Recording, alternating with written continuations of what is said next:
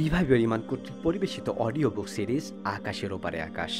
আমরা আছি আততায়ী ভালোবাসার ষষ্ঠ পরিচ্ছেদ ঘুণ পোকাতে। 2007 সাল থেকে শুরু করে পরের 2 বছরের 11টা লাশ পাওয়া যায় চাঁদপুরের ডোবা, নর্দমা আর খালগুলোর পাশে।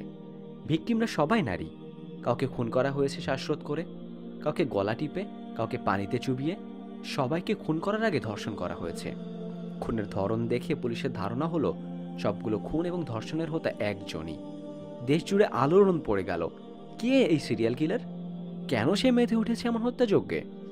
2009 সালের জুলাই মাসে পারভিন নামে এক নারী ধর্ষণ এবং হত্যাকাণ্ডের তদন্ত করতে গিয়ে দেখা মিলল চাঁদপুরের এক মসজিদের ফ্যান চুরির ঘটনায় আটক রসু খা নামক এক মধ্যবয়স্ক লোকের। শুরু হলো জেরা। প্রথমে স্বীকার না করলেও একসময় রসু খা স্বীকার করলো যে সে পারভিনকে সেই খুন করেছে। একে একে আরও 10 জন নারীকে ধর্ষণের পর খুনের স্বীকারোক্তিও দিল সে। পুলিশকে রসু খা জানালো তার জীবনের টার্গেট এভাবে 101 জন নারীকে হত্যা করা, তারপর সাধু সন্ন্যাসী হয়ে বাকি জীবন কাটিয়ে দেওয়া। কিন্তু কেন এমন বিকৃত রুচির উন্মাদ খুনি হলো রসু খা? রসু খার স্ত্রী গার্মেন্টসে চাকরি করত। সেই সুবাদে বিভিন্ন গার্মেন্টস কর্মী মেয়েদের সঙ্গে তার পরিচয়। এক পর্যায়ে এক নারী কর্মীর সঙ্গে তার প্রেম হয়, কিন্তু সেই নারী তার সঙ্গে প্রতারণা করে এলাকার অন্য এক ছেলের সঙ্গে প্রেমে জড়ায়। রসু খা বাধা দেওয়ার চেষ্টা করলে ওই কর্মী তার প্রেমিকের সহযোগিতায় 5-6 জন ভাড়াটিয়া সন্ত্রাসীদের দিয়ে একটি 5তলা ভবনের ছাদে তুলে বেদম মারধর করে তাকে। সেদিনই রসু খা প্রতিজ্ঞা করে 101 জন নারীকে ধর্ষণ শেষে খুন করবে সে। শুরু হয় বিভিন্ন নারীদের সঙ্গে প্রেমের ভাব করা। এদের মধ্যে গার্মেন্টস কর্মীর সংখ্যাই বেশি। এক পর্যায়ে সে ভাড়াটে খুনি হিসেবে কাজ করতে শুরু করে। 11 জনকে হত্যার কথা স্বীকার করলেও আসলে সে 11 জনকে হত্যা করেছে কিনা তা নিয়ে প্রশ্ন থেকেই গেছে। আদালতে ফাঁসির রায় হয় রসু খার। বলা হয়, অর্থই সকল অনর্থের মূল। অনর্থের মূলের লিস্টে প্রথম স্থানটা অর্থের দখলে থাকলেও দ্বিতীয় বা তৃতীয় স্থানটা নির্ঘাত প্রেমের দখলে যাবে। প্রেমের নামে হত্যা, যুদ্ধবিগ্রহ, বিশৃঙ্খলা আর ধ্বংসের ইতিহাস অনেক পুরনো। বিখ্যাত ট্রয়ের যুদ্ধ যেমন হয়েছিল হেলেন নামক এক মানবীর প্রেমের জন্য, তেমনি আজও পবিত্র প্রেম জন্ম দিয়ে যাচ্ছে নানা ধ্বংসযজ্ঞের। এই যেমন বাংলাদেশের প্রথম সিরিয়াল কিলার রসু খার আবির্ভাব হয়েছে ব্যর্থ প্রেমের ধ্বংসস্তূপ থেকে। নিঃসন্দেহে রসু খার চালানো হত্যাগুলোর জন্য তার প্রেমিকা দায়ী না। অবশ্য একজন রসু খা সিরিয়াল কিলার হয়ে ওঠার পেছনে অনেক সামাজিক, পারিবারিক এবং অন্যান্য ফ্যাক্টর কাজ করে। কিন্তু ব্যর্থ প্রেমের একটা ভূমিকা যেখানে ছিল, সেই সত্যটা এতে বদলায় না। অনেক সময়ই ব্রেকআপের তীব্র ক্রোধের আগুন জ্বালিয়ে দেয়।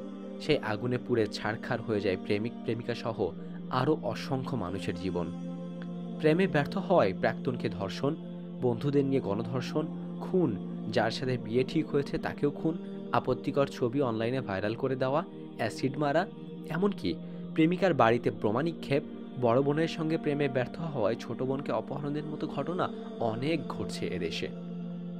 প্রাক্তনের উপর প্রতিশোধ নেবার জন্য অনেকে অন্য মেয়েদের উপর যৌন নির্যাতন আর হয়রানি শুরু করে। পিছিয়ে নেই মেয়েরাও। প্রেমে ব্যর্থ হয়ে প্রেমিককে খুন করার মতো ঘটনাও ঘটায় তারা। এই প্রেমের কারণে যে কত পরিবার শেষ হয়ে যায়, মৃত্যু ঘটে কত স্বপ্নের, আশার, ভালোবাসার, তার কতটুকু খবরই বা রাখি আমরা। শুধু যে ব্রেকআপ বা ঝগড়ার কারণে প্রেমের সম্পর্ক এমন সহিংস রূপ ধারণ করে এমন না। সহিংসতা এমনিতেই প্রেমের অবিচ্ছেদ্য একটি অংশ। অবিশ্বাস্য হলেও সত্য, প্রেমিক প্রেমিকার মধ্যে মারামারি, একে অপরকে শারীরিক নির্যাতন, ধর্ষণ করা, ব্ল্যাকমেইল করা, এমনকি খুন করাও খুবই সাধারণ একটা ঘটনা। বাংলাদেশে এ সংক্রান্ত তথ্য উপাত্তের হিসেবে তেমন একটা রাখা হয় না, তাই আমরা চোখ বুলাবো সুশীল প্রগতিশীলদের বেহেস্ত আমেরিকার দিকে। দেশব্যাপী জরিপ চালিয়ে আমেরিকার centre for disease control and prevention centre 2011 সালে একটি গবেষণাপত্র প্রকাশ করে।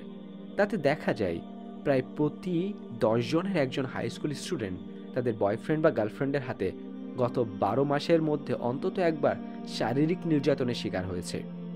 মেয়েদের প্রতি 5 থেকে 1 জন এবং ছেলেদের প্রতি 7 থেকে 1 জন 11 থেকে 17 বছর বয়সীদের মধ্যে তাদের সঙ্গী বা সঙ্গিনীদের হাতে কোনো না কোনো ধরনের নির্যাতনের শিকার হয়েছে। অন্য একটি পরিসংখ্যান অনুসারে দেখা যাচ্ছে প্রায় প্রতি 5 জন হাইস্কুল ছাত্রীদের মধ্যে 1 জন তাদের প্রেমিকের দ্বারা শারীরিক বা যৌন নির্যাতনের শিকার হয়।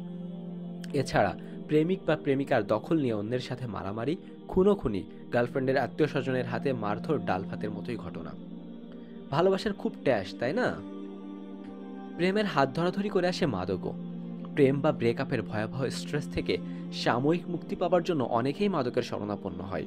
কলম্বিয়া ইউনিভার্সিটির national centre for addiction and substance অ্যাবিউজের চালানো এক গবেষণায় দেখা যায়, গার্লফ্রেন্ড বা বয়ফ্রেন্ডের সাথে যে যত বেশি সময় কাটায় সে তত বেশি মদ, গাঁজা, বিড়ি, সিগারেটের নেশায় পড়ে যায়।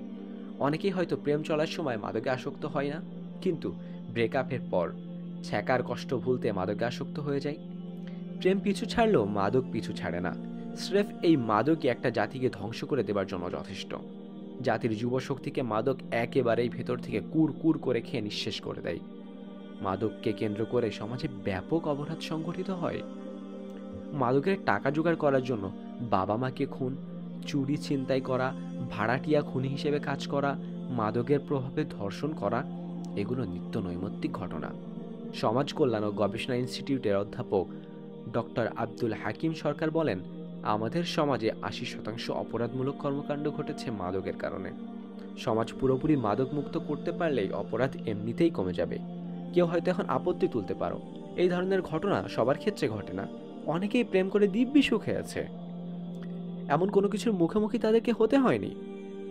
হ্যাঁ, একথা সত্য, প্রেম করলেই যে সব ক্ষেত্রে এমন ঘটবে সে কথা আমরা বলছি না।